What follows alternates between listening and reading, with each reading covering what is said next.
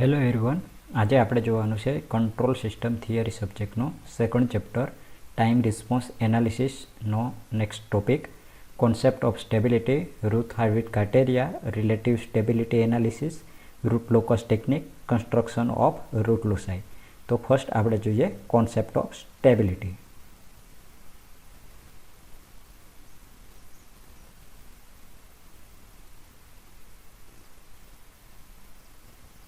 Concept of stability. તો સૌથી પહેલાં આપણે સમજવાનું છે કે કંટ્રોલ સિસ્ટમની અંદર સ્ટેબલ સિસ્ટમ અને અનસ્ટેબલ સિસ્ટમની અંદર કે કેવી રીતના છે. તો સ્ટેબિલિટી આપણને અનસ્ટેબલ અને કે કોઈ પણ આપણું ડિવાઇસ છે એની સ્ટેબિલિટી નક્કી કરી આપશે કે એ સિસ્ટમ છે એ સ્ટેબલ છે કે અનસ્ટેબલ છે. તો સૌથી પહેલાં આપણે જોઈએ સ્ટેબલ સિસ્ટમ, કે a system said to stable is for bounded input. કે આપણે આ જે સિસ્ટમ જોતા હોય, કોઈ પણ સિસ્ટમ હોય તો એ કોઈ પણ આપણું ઇલેક્ટ્રિકલ ડિવાઇસ હોય તો એના માટે સિસ્ટમ સ્ટેબલ હશે કે અનસ્ટેબલ હશે એ ડિવાઇસનું એની કેરેક્ટરિસ્ટિક અને એનું સ્ટેબલ સિસ્ટમ ઇક્વેશન દ્વારા એ નક્કી થાય છે. તો સૌથી પહેલાં આપણે જોઈએ કે એનું સ્ટેબલ સિસ્ટમ માટેની definition. A system is said to be stable if for a bounded input the response of the system is bounded. કે બાઉન્ડેડ સિસ્ટમ કેવી રીતના કહેવાશે કે એક કોઈ પણ આપણું એક લિમિટ હશે તો એ આપણું ઇનપુટ હશે. તો કે બાઉન્ડેડ ઇનપુટ XT આપણું આ વોલ્ટેજ હશે અને આ ટાઈમના રિસ્પોન્સમાં એ કેટલું વોલ્ટેજ જતું છે એ છે. તો સ્ટેબલ સિસ્ટમ ક્યારેક કહેવાશે આપણે કે જ્યારે બાઉન્ડેડ આઉટપુટ છે એ લિમિટમાં હશે, કે આપણું એ જે હશે એ આપણું જે ટોટલ બાઉન્ડેડ ઇનપુટ છે એના અંડરમાં હશે. જ્યારે ઉપર જશે તો અનસ્ટેબલ થઈ જશે. તો આ શું છે? સ્ટેબલ છે. In the absence of an input, a stable system approaches zero as time approach infinitive irrespective the initial condition. કે ઇનિશિયલ કન્ડિશન 0 હતી, તો કે 0થી આપણે એનાથી થોડુંક ઉપર જઈ અને ફરીથી નેક્સ્ટ નીચે જ આવે છે. તો ટાઈમના રિસ્પોન્સમાં આપણને બાઉન્ડેડ આઉટપુટ છે એ કંટ્રોલમાં અહીંયા જોવા મળશે. ધ બહુ condition is known as bounded input bounded output. આ જે કન્ડિશન સ્ટેબલ સિસ્ટમની કન્ડિશન કહેવાય છે એને BIBO કહેવામાં આવે છે, કે બાઉન્ડેડ ઇનપુટ અને bounded output. Is bounded input we mean that the value of xt are within certain limit. કે આપણે બાઉન્ડેડ કોને કહે છે કે બાઉન્ડેડ ઇનપુટ કે કોઈ એક લિમિટ હશે તો એના અંદર જ એ આવતું હશે. તો કે અહીંયા 0 અને 230 વોલ્ટ, કે 0 થી 230 વોલ્ટની અંદર આપણને XT છે વોલ્ટેજ મીન્સ કે તો આપણને એ વેલ્યુ છે એ મળતી હોય તો એને આપણે બાઉન્ડેડ ઇનપુટ કહેવામાં આવે છે. If the input itself is not bounded, we cannot blame the system is given for unbounded output. કે આપણે આનાથી કોઈ નક્કી નથી કરી શકતા કે આપણું આઉટપુટ છે એ એના પર ડિપેન્ડ કરશે. તો આપણને અહીંયા જે સિસ્ટમ જોવા મળે છે એ બાઉન્ડેડ આઉટપુટ જોવા મળે છે, કે YT છે કે બીજો વોલ્ટેજ છે એ આપણને અંડર કંટ્રોલમાં જોવા મળે છે. તો એ શું કહેવાશે? સ્ટેબલ સિસ્ટમ કહેવાશે. તો અનસ્ટેબલ સિસ્ટમમાં કેવી રીતના આવશે? તો તમે અહીંયા જોઈ શકો છો કે અનસ્ટેબલ સિસ્ટમની અંદર કે બાઉન્ડેડ ઇનપુટ તો બરાબર છે પણ અનબાઉન્ડેડ આઉટપુટ છે એ કંટ્રોલ ઇન્ક્રીઝિંગ થતું છે અને આપણું અહીંયા જોઈ શકીએ કે એ બાઉન્ડની બહાર જતું રહે છે, કે આપણી સિસ્ટમ હતી જે વોલ્ટેજ હતો એના કરતાં બહાર જાય છે.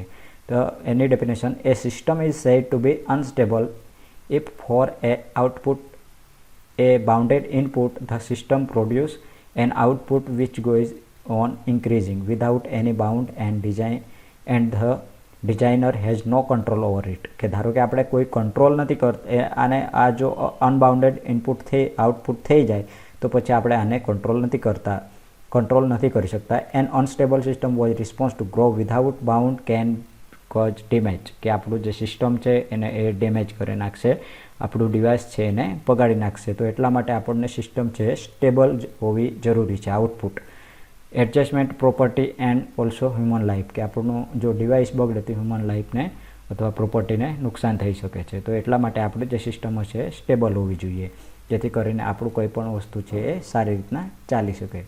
તો માર્જિનલી સ્ટેબલ સિસ્ટમ ક્યારે કહેવાશે? કે માર્જિનલી. તો એની ડેફિનેશન જોઈએ: a system is said to be marginally stable system ક્યારે કહેવાય? If the output of the system is not go down to zero like a stable system, or do it go on increasing like a unstable system. The output is marginally stable oscillate the finite range. કે આપણે કેવું કહેતું કે જો ઉપર ઉપર જતું રહે તો એ અનસ્ટેબલ, નીચે જતું રહે તો એ સ્ટેબલ થઈ જાય. પણ માર્જિનલી સ્ટેબલ એટલે એક 0થી લિમિટ આવશે અને પછી એ વચ્ચે જ ઓસિલેટ થયા રાખશે, કે વચ્ચે જ એ કોઈ એક લિમિટ હશે એની 230થી 200, તો એના વચ્ચે જ એ ઓસિલેટ થયા કરશે, એના નીચે પણ નહીં જશે, એના ઉપર પણ નહીં જશે. તો એ જે સિસ્ટમને કહેવામાં આવશે એને શું કહેવામાં આવશે? માર્જિનલી સ્ટેબલ સિસ્ટમ કહેવામાં આવે. નેક્સ્ટ આપણે જોઈએ હવે સ્ટેબિલિટી ક્રાઇટેરિયા. તો ફર્સ્ટ આપણે ક્રાઇટેરિયા નક્કી કરવાનો હોય કે આ નિયમથી આપણે સિસ્ટમ છે એ સ્ટેબલ હશે કે અનસ્ટેબલ હશે, એ આપણે નક્કી કરી શકતા હોઈએ છીએ. તો કે હાર્વિડ સ્ટેબિલિટી ક્રાઇટેરિયા, કે એક સ્ટેબિલિટી ચેક કરવાનો એક નિયમ છે. તો કે હાર્વિડ સ્ટેબિલિટી ક્રાઇટેરિયા કહેવામાં આવે છે.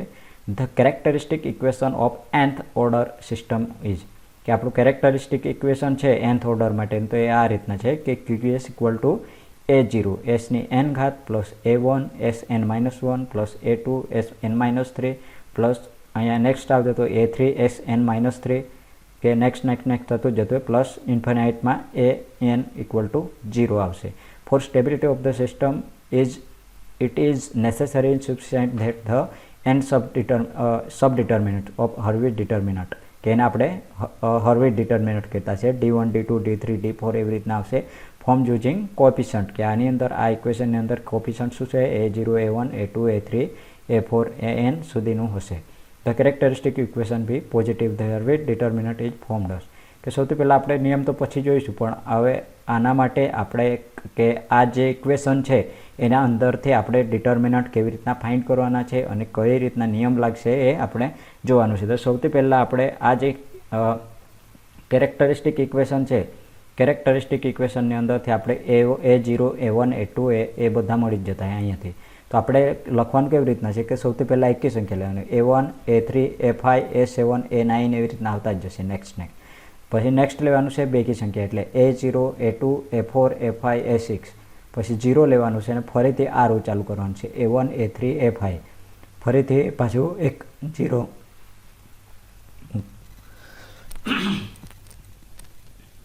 0 મૂકવાનું છે અને પછી આપણે શું કરવાનું છે કે A0 A2 મૂકી દેવાનું છે, કે 0 0 મૂકી એક 0 મૂકી અને A1 A3 સેમ નેક્સ્ટ ઉપરની જે કોલમ હશે સેમ નીચે લઈ આવવાનું છે, રો અને કોલમને બેઠું લાવી દેવાનું છે 0 0 A1 A3 A5 એ રીતના નેક્સ્ટ બનતું જ જશે. તો કે આ H આપણે થિયરિકલ રીતે લખવાનું છે. તો આની અંદરથી હવે આપણે ડી ફાઇન્ડ કરવાની, ડિટર્મિનન્ટ. તો D1 ઇક્વલ ટુ શું થશે? તો કે A1, જે પહેલાં જે હશે A1 એ અહીંયા આપણે મૂકી દેવાનું. તો આ ફાઇન્ડ થઈ ગયું ડિટર્મિનન્ટ 1. D2 કેવી રીતના ફાઇન્ડ કરશું? તો D2 equal to A1 A3 A0 A2, તો કે A1 A3 A0 A2 આપણે ફાઇન્ડ કરવાનું છે. તો કે A1 A3 A0 A2 એ રીતના ફાઇન્ડ કરવાનું છે. પછી D3 આપણે કેવી રીતના ફાઇન્ડ કરવાનું છે? તો કે A1 A3 A5 A0 A2 A4 અને A0 A1 A3 એ બધા મૂકી દેવાનું છે. તો સૌથી પહેલાં આ રીતના નિયમ રાખવાનું કે આટલુંક જે હશે D1 હશે, આટલુંક હશે D2 હશે અને આટલુંક હશે D3 હશે. તો આપણને D1 D2 અને D3 શોધતા આપણને આવડવું જોઈએ. તો આપણે મેથ્સમાં જઈ ગયેલા કે D1 તો આપણને અહીંયાથી ડાયરેક્ટ મળી જાય. D2 શોધવા માટે આપણે A1 ઇન્ટુ A2, અહીંયા ખાસ જોઈ લેજો, A1 into A2 minus A0 into A3, તો આપણને ડિટર્મિનન્ટ 2 મળશે. હું અહીંયા જ સૂત્ર કહી દઉં છું જેથી કરીને તમે એક્ઝામ્પલમાં સારી રીતના અહીંયા તમે જોઈ શકો છો. આ એક્ઝામ્પલ છે તો આમાં આપણે એવી રીતના કરવાનું છે. અહીંયા નિયમ લાગ્યો A1 A2 minus A0 A3 into કરવાના છે A1 A2 minus A0 A3, તો આપણને અહીંયા આ ડિટર્મિનન્ટ D2 મળી જશે. D3 માટે કે ઇક્વેશન પ્રમાણે આ આપણે A1 પહેલાં મૂકી રાખવાનું છે, કે A1 પહેલાં શોધવાનું હોય તો A1 ઇન્ટુ કે A1ને આપણે મૂકવાનું છે ગુણ્યા આપણે A2 A3 minus A1 A4 કરવાનું છે. ઇક્વેશન પ્રમાણે જો તમે નોટબુકમાં લખતા હોય તો લખી લેજો A1 કૌંસમાં A2 into A3 minus A1 into A4 minus A3 કૌંસમાં A0 into A3 0 into A0 into A3 minus 0 into A4. પછી નેક્સ્ટ કરવાનું ત્યારે પ્લસ A5 કૌંસમાં A0 into A1 minus 0 into A2. તો આ રીતના ઇક્વેશન બનશે અને એના આધારે તમે આ જે ઇક્વેશન છે એ ફાઇન્ડ કરી શકશો. તો કેવી રીતના આવશે અહીંયા પણ સમજાવી આપું તમને. 3 કૌંસમાં 2 ઇન્ટુ 7 માઇનસ 3 ઇન્ટુ 0 માઇનસ 7 કૌંસમાં 1 ઇન્ટુ 7 માઇનસ 0 ઇન્ટુ 0 પ્લસ 0 કૌંસમાં 1 ઇન્ટુ 3 માઇનસ 0 ઇન્ટુ 2. તો આપણને જો આ બધાનું સોલ્યુશન કરશું તો ઇક્વલ ટુ -1 મળી જશે. તો આ રીતના આપણે D3 શોધવાનું છે. તો જો a system is stable if D1 D2 D3 all positive, કે આપણને આ જે શોધતા છે D1 D2 D3 D4 જે પણ શોધતા છે તો એ બધા જ શોધશું અને આપણને જવાબમાં જો બધા પોઝિટિવ મળશે તો એ સિસ્ટમ શું કહેવાશે? સ્ટેબલ કહેવાશે. જો એક પણ આપણને માઇનસ મળી ગયું તો એ સિસ્ટમ હશે એ અનસ્ટેબલ કહેવાશે. તો આ આપણે એક એક્ઝામ્પલ તરીકે જોઈએ. એક્ઝામ્પલને ચેક કરી લઈએ. એક્ઝામ્પલ તરીકે check whether given system is stable or not, કે આપણી સિસ્ટમ છે સ્ટેબલ છે કે અનસ્ટેબલ છે એ આપણે ચેક કરવાનું છે. તો RS7 કે આપણું આ જે એક ઇક્વેશન ઇનપુટ અને આઉટપુટ છે આપણું આ GS છે. તો આપણે એ GSને ડાયરેક્ટ લખી દઈએ કે the characteristic equation of given formula, કે આપણું કેરેક્ટરિસ્ટિક ઇક્વેશન શું છે? 1 plus GS HS equal to 0. તો આપણું GS શું છે? આ છે અને HS શું છે? 1 છે. જો આપ્યું નથી તો એ 1 લઈ લેવાનું છે. તો દર વખતે આપણને જો અહીંયા કશું આપ્યું હોય તો લખવાનું, તો ગુણાકાર કરવાનું, ને તો પછી 1 લઈ અને પછી આના એટલે 1 પ્લસ શું થઈ જશે? આ થઈ જશે ઇક્વેશન. તો આપણે નેક્સ્ટ એક્ઝામ્પલમાં જોઈએ. તો તમે અહીંયા જોઈ શકો છો 1 પ્લસ આ GSનું જે ઇક્વેશન હતું એ ઇન્ટુ 1 કરી દીધું. અહીંયા લખ્યું નથી.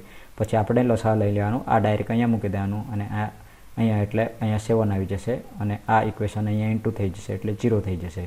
તો S plus 1 S plus 2 plus 7 equal to 0 થઈ જશે.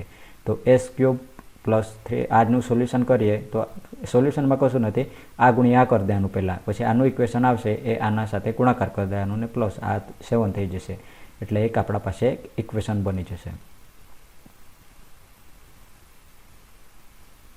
તો સૌથી પહેલાં આ ઇક્વેશન આપણને મળ્યું, એના સાથે કેરેક્ટરિસ્ટિક ઇક્વેશન છે એ મેચ કરી દેવાનું. તો મેચ કરશું તો SN મેક્સિમમ હશે એ સૌથી પહેલાં હશે, એટલે મેક્સિમમ હશે એના પછી બાદ કરતા જવાનું એક એક.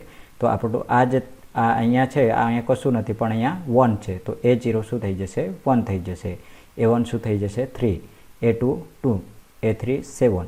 A4 અને A5 નથી પણ આપણને જરૂર છે એટલા માટે આપણે એમાં 0 0 લખી શકીએ, કે આપણે 0 0 એની અંદર લખી દેવાનું છે એટલે A4 0 થઈ જશે અને A5 પણ 0 થઈ જશે.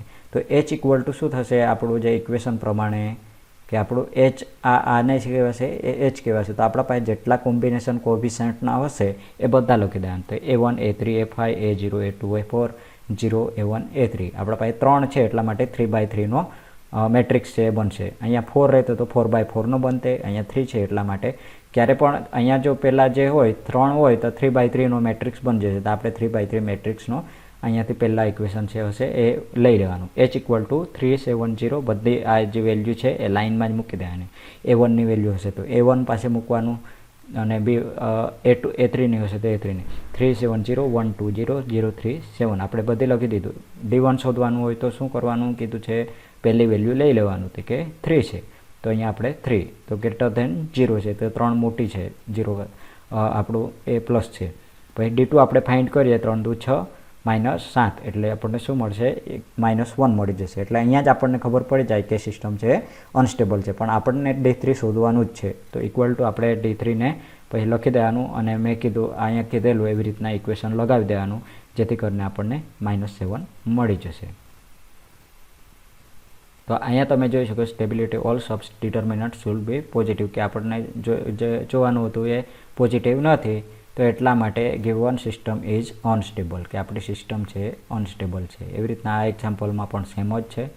આપણે પણ આની અંદર પણ D1 D2 D3 શોધીએ તો આપણને આ જે છે એ 0 કરતાં મોટા જ મળે છે તો પ્લસ મળે છે. અહીંયા પણ 3 મળે છે, અહીંયા પણ 3 મળે છે, અહીંયા પણ 9 મળે છે. તો D1 D2 D3 બધા પોઝિટિવ છે એટલા માટે આપણી સિસ્ટમ છે એ સ્ટેબલ મળશે.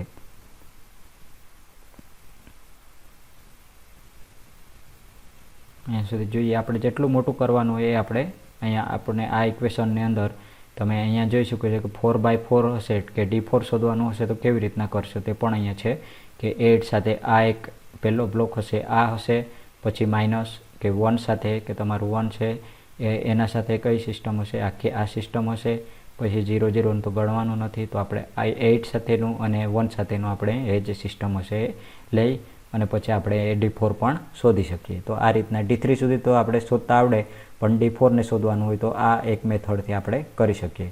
એક એક નેક્સ્ટ લેતા જવાનું. આના સાથે આખો જે આ જો લેતા હોય ત્યારે આ આપણો આટલો છે એ લેવાનું છે કે આપણું જે 3x3 મેટ્રિક્સ છે આ લેવાનું છે.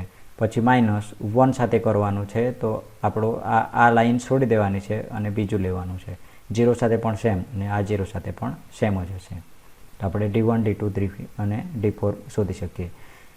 ડિસએડવાન્ટેજીસ ઓફ હાર્વિજ ક્રાઇટેરિયા કે એઝ પર કે આપણે ડિસએડવાન્ટેજીસ જોઈ લઈએ. As per the order the system is increase it become difficult to solve individual determinant.